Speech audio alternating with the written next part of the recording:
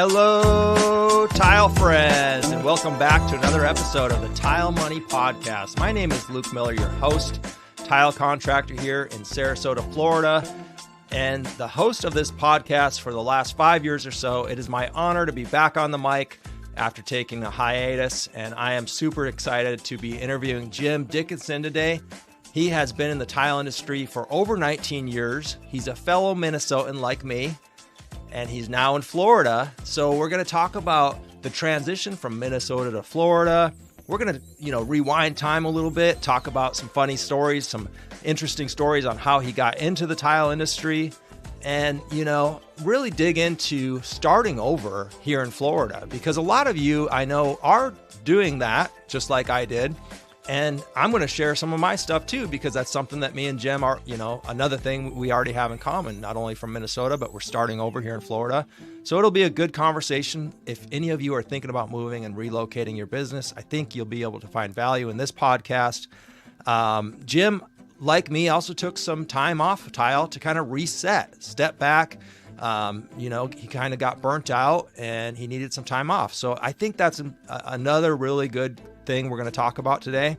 We're going to talk about what tile means to Jim, as obviously it's been his life for over nearly 20 years now, and what makes a good tile journeyman versus, kind of like a fly-by-night type of person. So I'm excited to bring Jim on. I do want to thank my sponsors really quick here. We've got, of course, Happy Tile Guy. If you need a website, happytileguy.com is the place to get them. And then Profit Now for flooring dealers over there with Jerry Levinson. Jerry's assisting me, coaching me up to get started here, and helping me look at things from a new perspective, get some marketing materials and some sales skills. So if you need a website, happytileguy.com. If you need a coach, check out Jerry over at Profit Now for flooring dealers. All right, Jim, welcome to the show, brother. Hey, thanks for having me, Luke. You're welcome. It's my pleasure to have you here. I'm excited that you're here. We met, kind of a funny story how we met. You were running some ads and I kind of said something.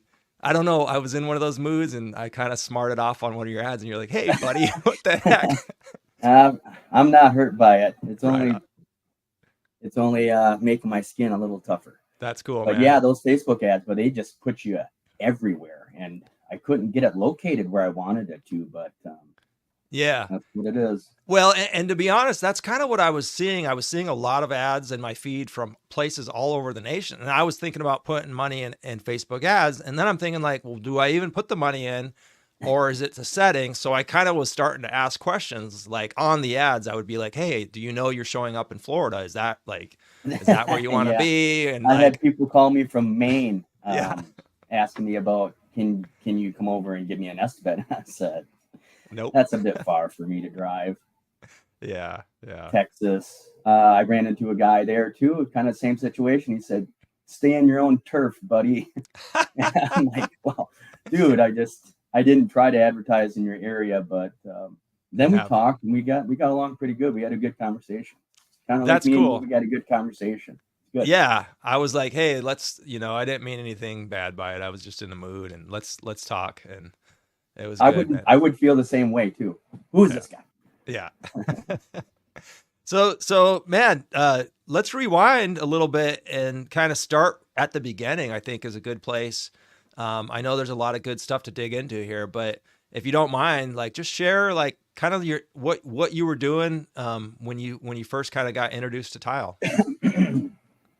Well, like a lot of people, was I think 23, and it just kind of got out of the Hooskow. I was sitting in jail for a little bit and had some time to think about what I had been doing with my life and what kind of life I wanted to give myself.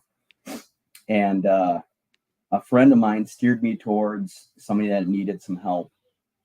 I had no luck with finding a job that I was interested in and that made me, feel passionate about what I was doing. So this guy offered me a job just to kind of assist him in tile. He offered me $8 an hour, and this is, this is 2001, maybe 2002. Okay. He says, I'll take you on. You can help me mix thinset, spread grout. If you get, good, we'll move you up. So he had me for about a year. And mind you, Minnesota, like you said, you get into those frozen months, and the sponge is stuck to the trowel and stuck to the bucket, and you're pulling the whole kit and caboodle out by itself. And what do? Yeah, things got to thaw out. Batteries don't work. So I went. It was tough. I didn't think that work would be that tough, but it was physically draining. Yeah. And then I had my daughter. My oldest daughter was on the way. My wife was pregnant, and I needed him as much as more than he needed me. I could tell. Sure. He Yeah. could do this on his own. He could hire anybody. So we became best friends. And then my daughter was born, and he asked me to come out to his place with his family, and he wanted to see my daughter. Yeah. So me and my wife went out there, and he was holding her, and he looks up at me and he says, "Jim, you got yourself a raise." And he Nice. gave me $12 an hour. Okay. I thought that was great. Yeah. My life was changing. It was going into a forward position towards something better than was before. Yeah. And then we were doing some pretty big jobs. He had some really good clients where he was doing this house. This guy had a wheelchair. He was a vet. And so he had an elevator in his house, pretty big farmhouse. And we're working at it. And I'm kind of understanding how much money there was in tile, where I didn't realize it 6 months before that. And he was making about $150,000 a year consistently. Yeah. And I thought, this could be good. I can learn from him, possibly go out on my own. So I think my daughter was 3 weeks old, and he didn't call me one morning, and he just didn't call. And about 3 hours went by, and then his daughter called me and told me that he had passed away. Oh man. And I was really heartbroken. I was looking at my kid. My wife was, not working, obviously. We were living in her parents' house. So Yeah. I didn't know what to do. And at his funeral, this flooring store that he was subbing out of, they gave me a shot. Okay. They said, "You learn from the best. And if you think you can do it, we'll give you a shot." Wow. And Wow. I did. That's what I did. And I was able to support my family. We had another daughter. And I was surprised. You do a job, you turn around and look at what you're doing, and then the amount of money you're making, and it made me feel great. Yeah. It felt like I was back. I was, Yeah. that's how I got into it. Man, what a story. And excuse me, what was the timeline from like the time you got hired with him to the time where he passed? 11 months. Okay, so just under a year. Yep, Wow. I get hired in July. I think it was 2002 with him, and then our daughter was born in June 2003. Yeah. So That's that's a wild story, man. And I mean, you were thrown in the deep end then at that point, because now, you're basically just kind of getting comfortable being an apprentice, maybe making some cuts, setting some small stuff, right? And I hadn't troweled once. He did, he let me trowel one time and kind of saw that. He says, "You're a natural, man. You can grip the trowel tight and got a good strong wrist." Yeah. But I never did anymore. And back then, this is all 12 by 12s or 13 by 13s, 15s. They're square tiles. Things have changed so much. Yeah, yeah. So he would grid. Yeah. He would snap lines and measure and grid out for his grout line, and then he would it was really clean. I learned that because after he died, a couple other tile guys took me on, and I learned that he was really good. Nice. He was clean. We cut in everything one day. Yeah. With a Okay. grid. Sure. Yeah. And then the next day was thin set. Yeah. So you'd have one day of thin set, one day of cutting, and then you're grouting and you're done. Yeah. Yeah. I learned on the grid system too. Every 4 tiles, 12 by 12 had a grid. Yeah. We cut in the day after, but I know a lot of guys, it was popular to cut in the same day, or the day before, I should say, and then set everything the same day. And I could definitely see the advantages in that. Yeah, But his method worked. If you would cut it all in a room and you came back and you were too tight or you were too far away, one of your lines is off. yeah, So you would catch it before you're mixing. And tile, when it gets sloppy, it goes right up here and it gets frustrating. right. That's why a lot of guys have thrown in the towel, The trawl. They've thrown it in the because trawl. it gets frustrating for them. Yeah, absolutely, man. So here you are. I mean, you barely held a trawl, and you're gonna go start, selling jobs. I mean, what did you do to survive that little hurdle? I mean, because that's got to I be started, well, right away, I wasn't ready to go on my own. sure. And Yeah. I didn't want to fail with this flooring company. So I took a job building houses, framing houses, Okay. and it got into the winter time. I slipped and fell, broke my leg really bad. Oh man. And mind you, we're still at her parents' house. Yeah. And then she finds out that she's pregnant again. And I'm like, I got a broken arm, a broken leg. Oh You know, man. my boss has passed away. I thought it was over. Yeah. But I did some jobs for some family and friends and gathered some tools. Got some confidence after my leg healed. And then I went to that same flooring store and I had an interview and he gave me a job. Okay. And I had to impress this person. So I did a job and I called him the next day and said, hey, I set that last night. He says, you set the whole thing? 500 feet in one night? Yeah. That's what you said, right? And he says, yeah, I got more work for you then. So nice. It worked out. Well, that's great, man. Well, that's good. I mean, that's like a trial, shotgun wedding, so to speak. Like you're off to the races. That's wild. So, I mean, what were the highlights? Give me some of your highlights between then and now. Like, I guess a couple highs and a couple lows, if you don't mind, if you can think of any. The highlights were when I was with March. That was his name, March, like the month. Mm-hmm. He built some showers, so I thought that was the coolest thing. The shower building was, you made a little bit more money. You weren't on your knees all day. You were standing up. You're working upwards. Yeah. And the layouts had more to do with it. It was more detailed work, and it seemed to be paying a little bit better than just doing 200 square feet on a floor. Yeah. So those were highlights of mine, is getting into those showers. Telling my friends, I got this great gig and I'm building showers for these really nice homes that are going on in like tour of homes. Nice. After they're on the market. Yeah. And then some lows would be having a failed shower. Yeah. Having a callback and having to go back and tear out tile. Because I got humbled really quick. Sure. I got thrown into stuff that I didn't understand. Yeah. A lot of what I could be doing differently, waterproofing, drain systems, all that. So I got down, It was humbling. Yeah. So that's a low part, but I was able to kind of pick myself back up and keep going forward with it. Yeah. Yeah. I mean, kudos to you for ripping out your own work and owning up to that. I mean, a lot of guys,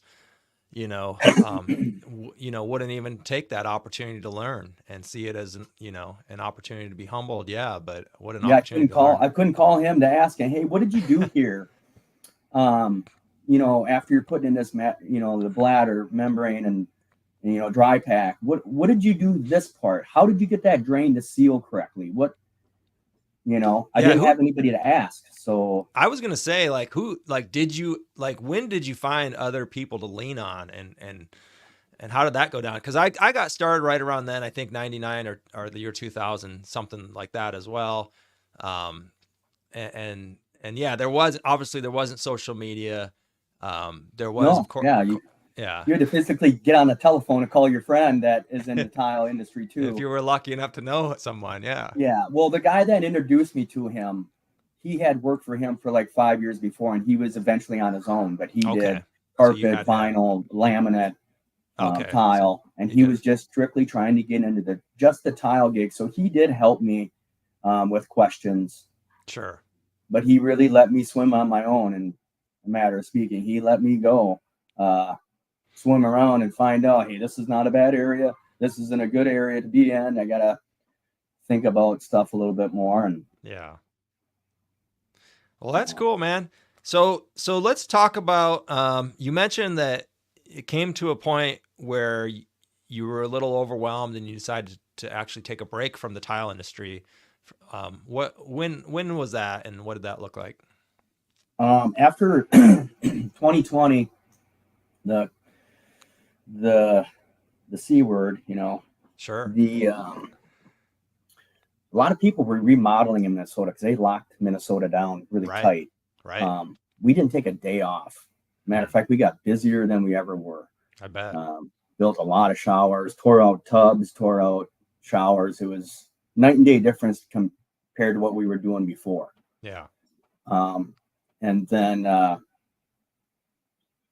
I seen myself kind of in painting myself in a corner.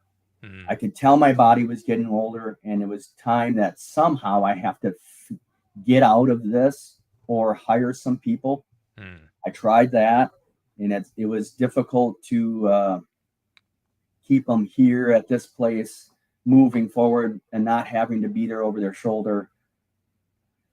And it got confusing. So I just kind of slimmed things down to myself. But I noticed I was getting beat up, and the housing market, I knew it was kind of peaking, and I didn't want to lose out on some of the equity in my home. Mm-hmm. So we had talked about my in-laws moved down to Florida. Okay. And so we had talked about, let's maybe follow them down there after a couple years. And so I took the house that we had and put it up for sale, and got a little bit of money in our pocket.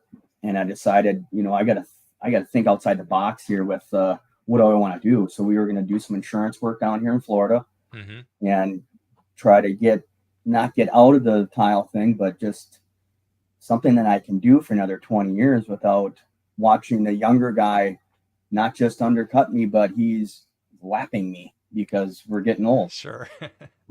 Yeah. In that time, I thought of a product. I wanted to own my own product sometime, and I've been on like GTP and those kind of websites. I've seen people doing that. They're making their own product. This guy had the bucket buddy or something, whereas the bucket would spin around at the top and he could trowel his tile. You seen that? Or back butter. Back butter buddy, or what he called it. Yeah, that's Phil. Yeah, back butter buddy. Yep, absolutely. That was neat. I look up to that, and I thought, that's kind of where I am. That's where I want to be. I want to get my own product. Sure. So I thought of something up in Minnesota, and I made a little prototype of what I wanted to do. And my uncle Jim, he was a vinyl expert. He made signs, stickered semis, and stuff like that. So I took kind of his vinyl application in my tile setting in a shower and combined it together to make my own product. Mm-hmm. And I knew it would work. I just hadn't built it. And then putting our house up for sale and getting everything down to Florida. So when I got down here, I took about 4 months and just spent some time with my kids, healed up a bit. My elbows were shot. I don't know about you, but boy, the elbow, that repetitive motion, tennis elbow is what they call it. Yeah. I had that pretty bad. So doing some healing, and then I tried to build my own product. And how'd that go? I mean, I know, man, I wish I had a photo to share, if you don't mind. Yeah, you can if you want. I know you sent me one here. I'll try to pull it I knew up. I needed to make money, and this insurance thing, I had a little hiccup with it, so I couldn't just jump into it. Also, there hadn't been a lot of storms this last October and November, there was no storms at all. Yeah. So the industry was kind of drying up. And here I come in trying to get into the industry, and there's no work for a new guy. So I started doing some tile around here, and it's a big shock to the pricing. The labor industry is, the wages are a lot lower down here in Florida. Yeah. Yeah. Let's dig into that. What's that been like for you? The good, the bad, and the ugly. Yeah. Being a tile setter in Minnesota, it was good. I didn't lose a lot of jobs for price. Sometimes I just wasn't well known as somebody else. Some of it was price, but we never had much of an issue with that. And things were increasing. They were going up. The price was always kind of going up. Yeah. Less people were doing tile. So we had an advantage. The older crowd had kind of gotten out of it, retired. And let's face it, how many kids out of high school want to be a tile setter or a brick mason? Yeah. They'd rather be, a gamer. They want to be podcaster. yeah, something like that. So something that's easier on your body. Yeah. So, but it worked out for us. We were able to make more money, but down here it seems like it's a bit different. And I need to just keep my head up and eyes on the prize and keep trudging forward. I know it'll happen for me, but I'm new. I can't expect something great to happen right away. Yeah. Yeah, it's a different market for sure. And to be frank, I mean, I'm in the same boat, brother. Like, I think we both got our businesses started. I think you got a little jump on me, maybe by a few weeks or a few months or something like that. But we're both getting started really, in the summer here of 2024. And it's like, I was in California the last time I did this, and I was younger, I was 15 years younger.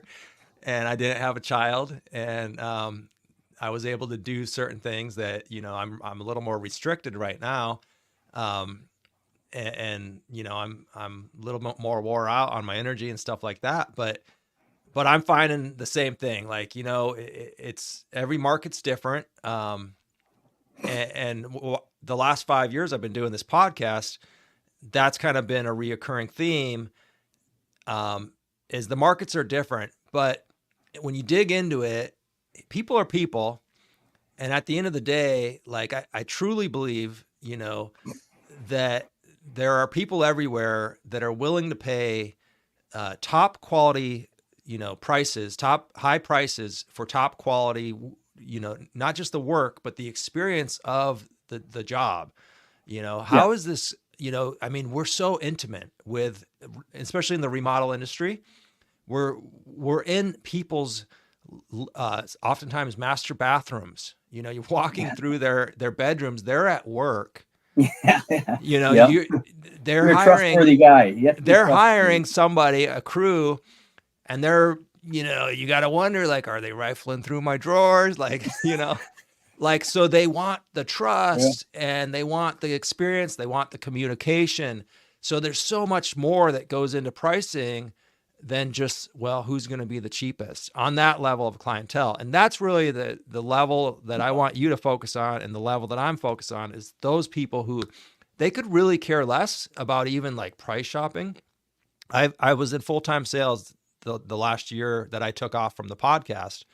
And what I learned from that was, first of all, not everybody's your client. I had a roughly a 50% close rate, if overall. Okay. So 50% of people I knew right off the get weren't going to buy. And some of those, sometimes it would be like a whole week in a row where people didn't buy. And then I would have a week where nearly everybody bought. The people that bought from me without hesitancy, we connected with on a much different level than just, the product that, they had a trust, they trusted me. And that's, that's the type of people that, and I'm not talking about gouging people or anything like that, but the price needs to be what it needs to be. to do the job right, you know, and to do it, you know, with according to Yeah, because standards. you don't want to have to take a price because somebody else beat you on a price, and then you're like, can you match them? And then you do that, and now you're having to work, you know, a little faster. And when you can't rush tile, that's something I learned a long time ago. Yeah. Don't rush things that are going to be permanent. Yeah. Because pulling up your own work it hurts. It Yeah. hurts, man. And you gotta know your worth. You have to be able to go in there.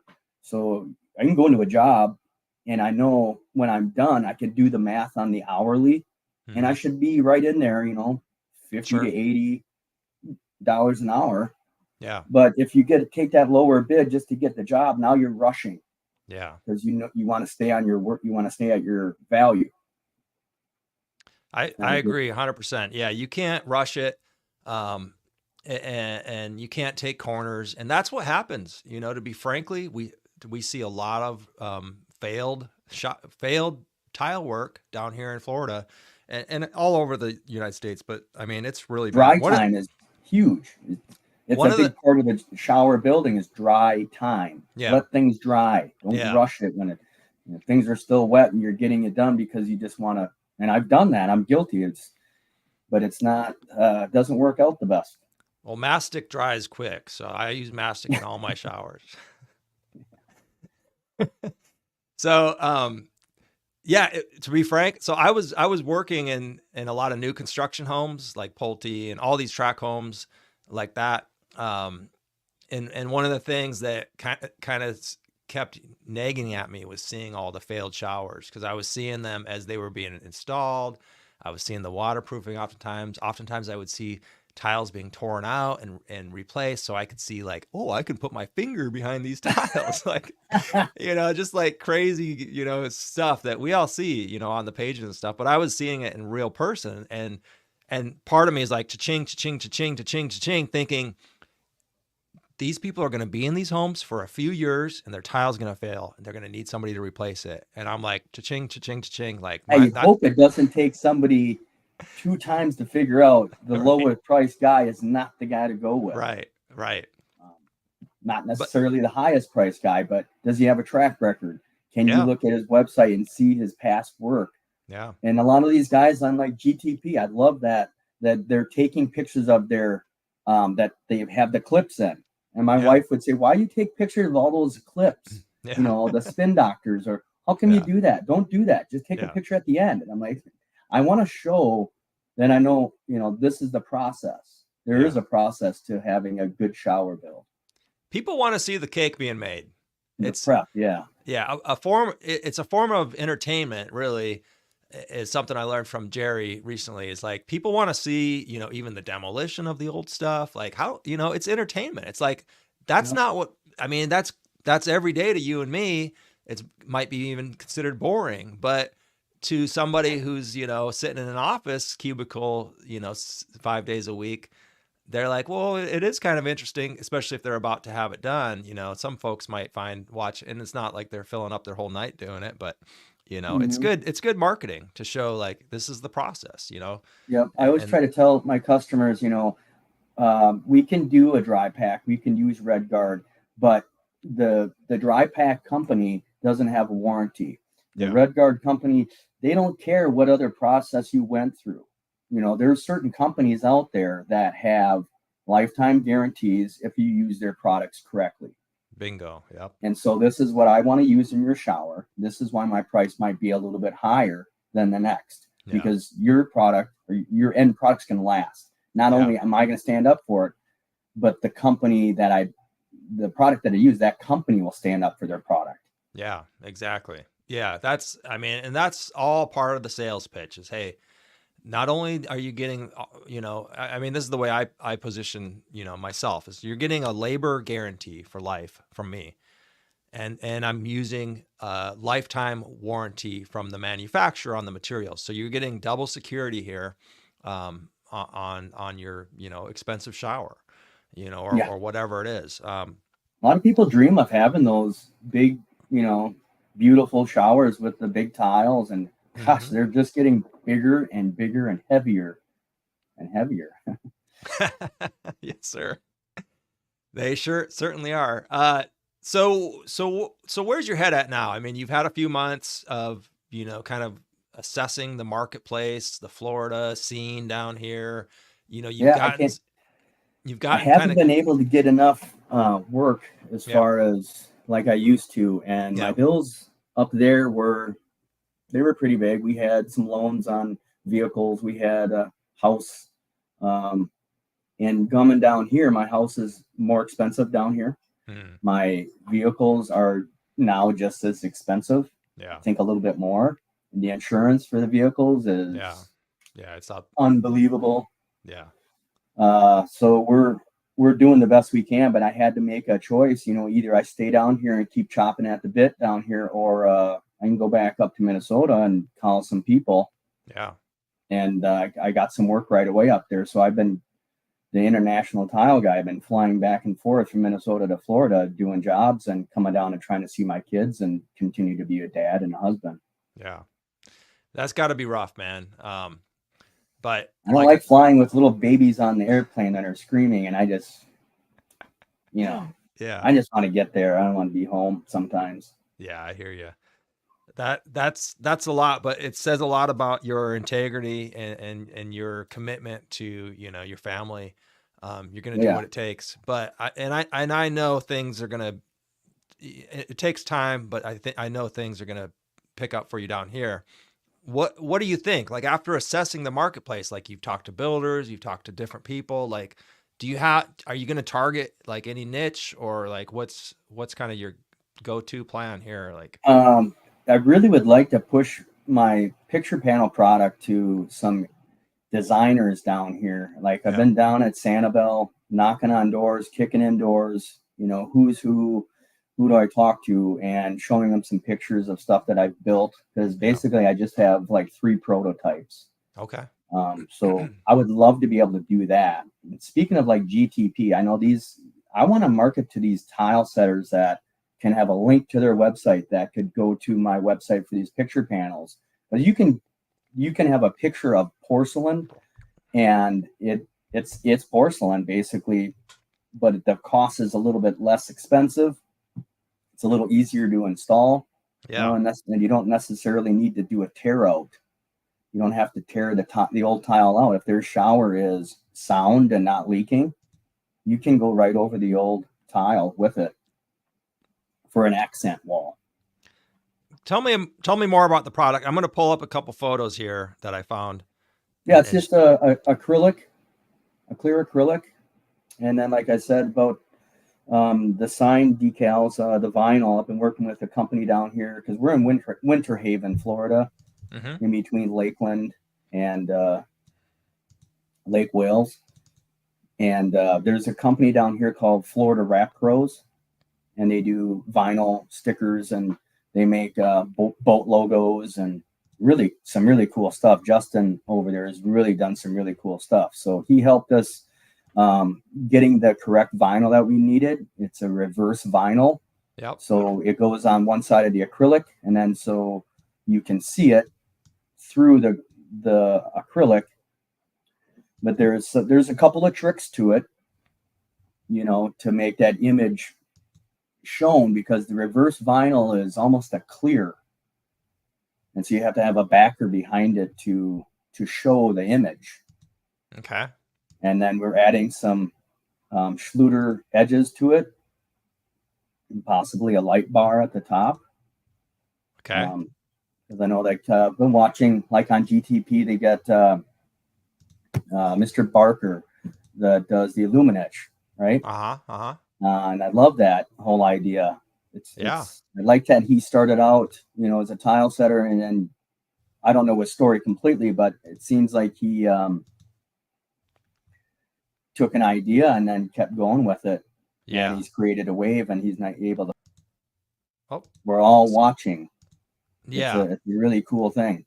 I look up to him, and I'd like to be that. I would like to sell this to, like I said, a GTP family or any tile setter out there. I don't necessarily want to sell it to the person at home.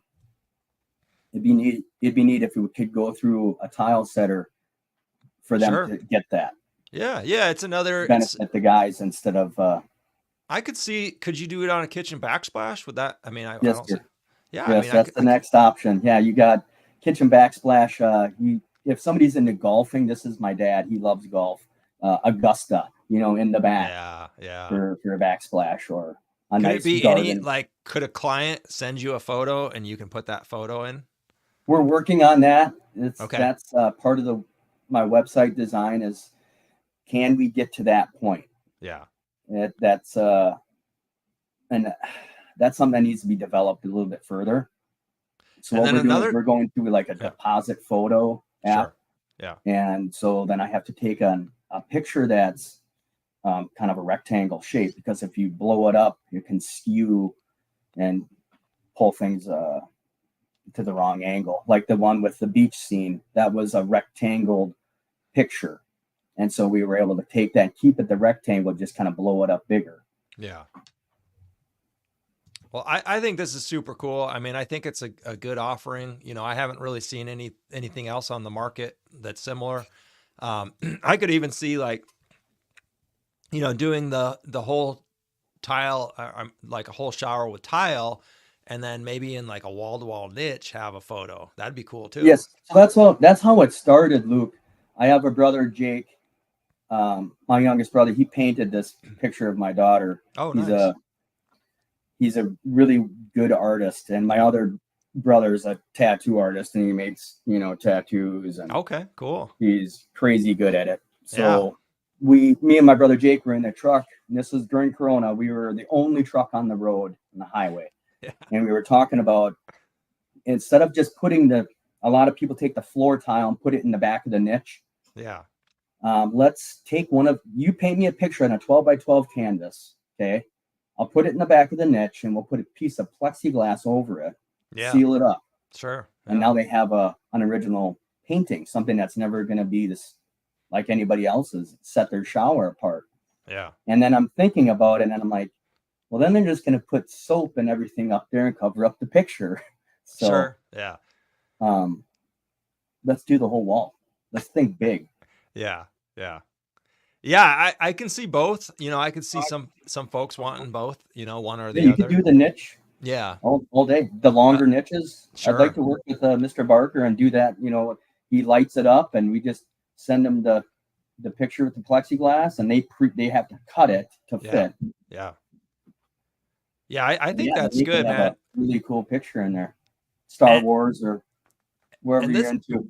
This is the kind of thing that sets you apart. I mean, if you ran an ad, for this, and it, somebody it fancies, it tickles their itch, it itches their fancy. I don't know what I'm trying to say. They like it, it speaks to them, like they're gonna call you because they've never seen it before. We're patented now. We wanna cool. we took this the right way. I looked up the patent attorneys down. I think they're down in like Sarasota area. That John Risby, patent attorney, and we found out that somebody has a patent on really similar to what we were doing. They're not doing it. They're not practicing it. It's not a business, but they own the patent. Okay. So I was proud of myself for taking the right steps to figure that out, and then we have to change it a bit. So we did that, and then we got the green light. Cool. Nice. Good deal, man. That's awesome. And this is the kind of stuff, that sets you apart. I mean, if you go to a designer meetup, I would network with designers and show them your product. I mean, I'm sure you have samples of smaller stuff you can kind of carry around a little bit, bring your photos around and stuff like that. This is just oh, okay. Yeah. So this white, sorry, here. Yep. This is the white backer. Otherwise, this is a clear.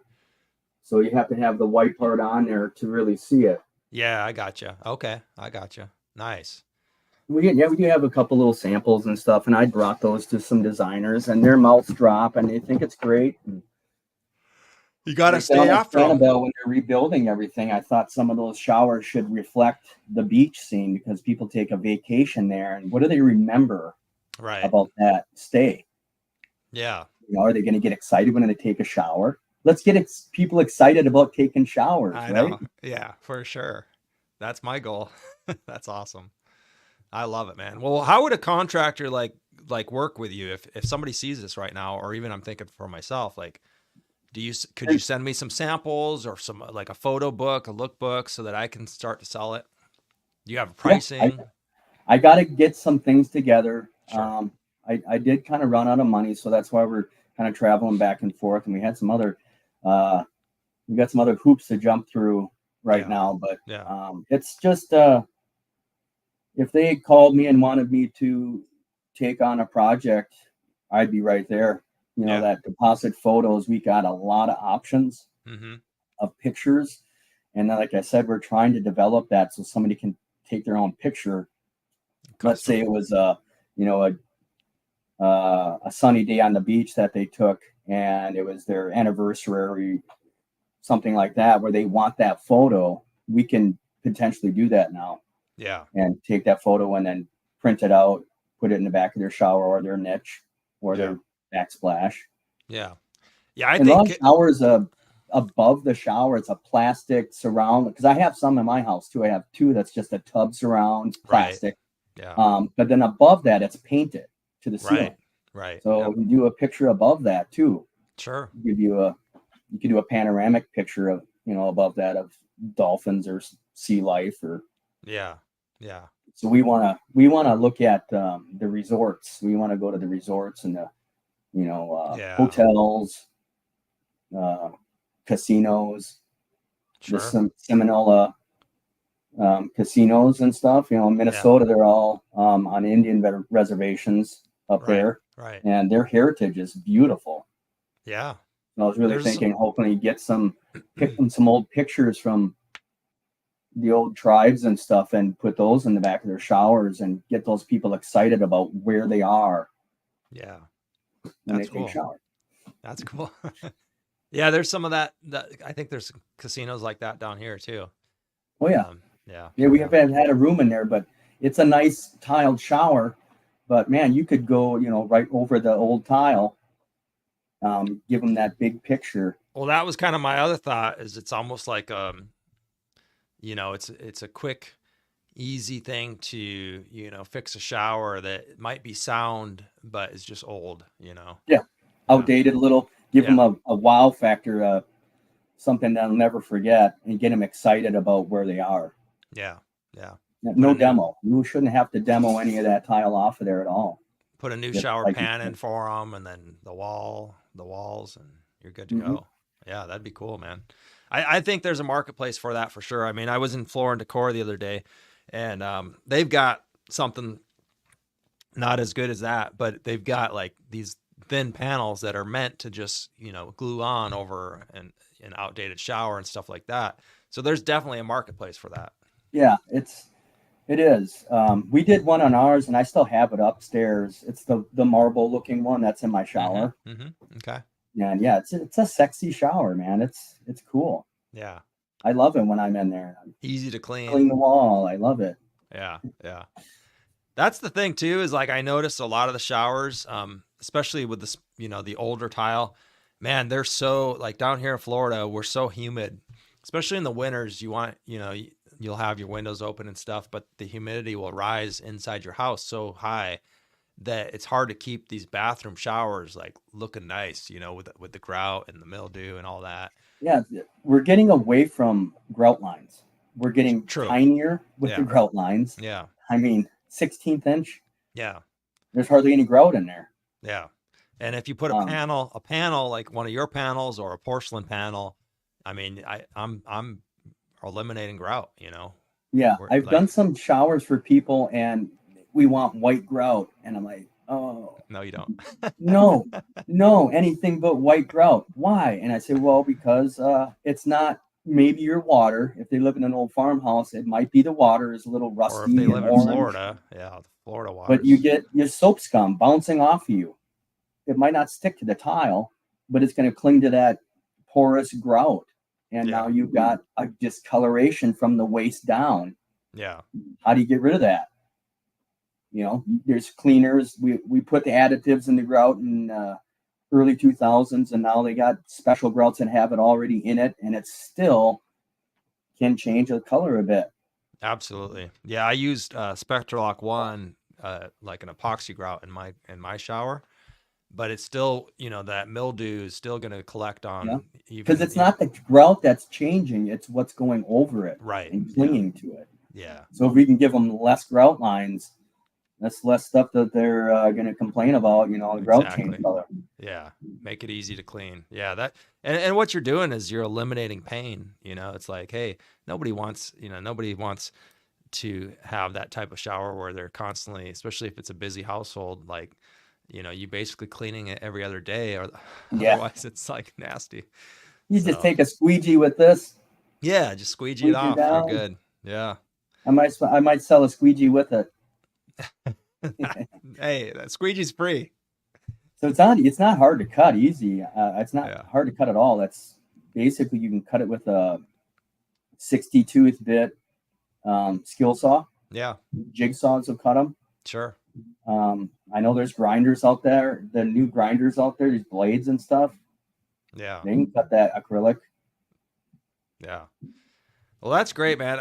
I hope that takes off for you. And I know, the tile thing, you're obviously a journeyman in your trade. And we were speaking a little bit about kind of what makes the difference between a true tile journeyman and like a fly-by-night type person who maybe they do tile, maybe they do painting, maybe they've, maybe this guy he's going to build our deck and then he's going to build our shower. I see that all the time. Yeah.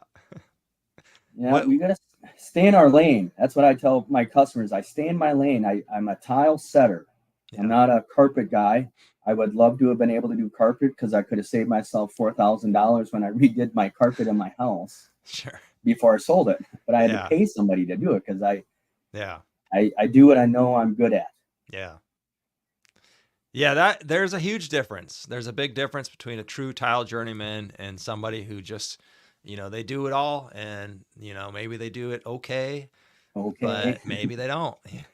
Maybe they don't do it that good at all. So, well, Jim, this has been a pleasure getting to know you a little bit more and hearing your story.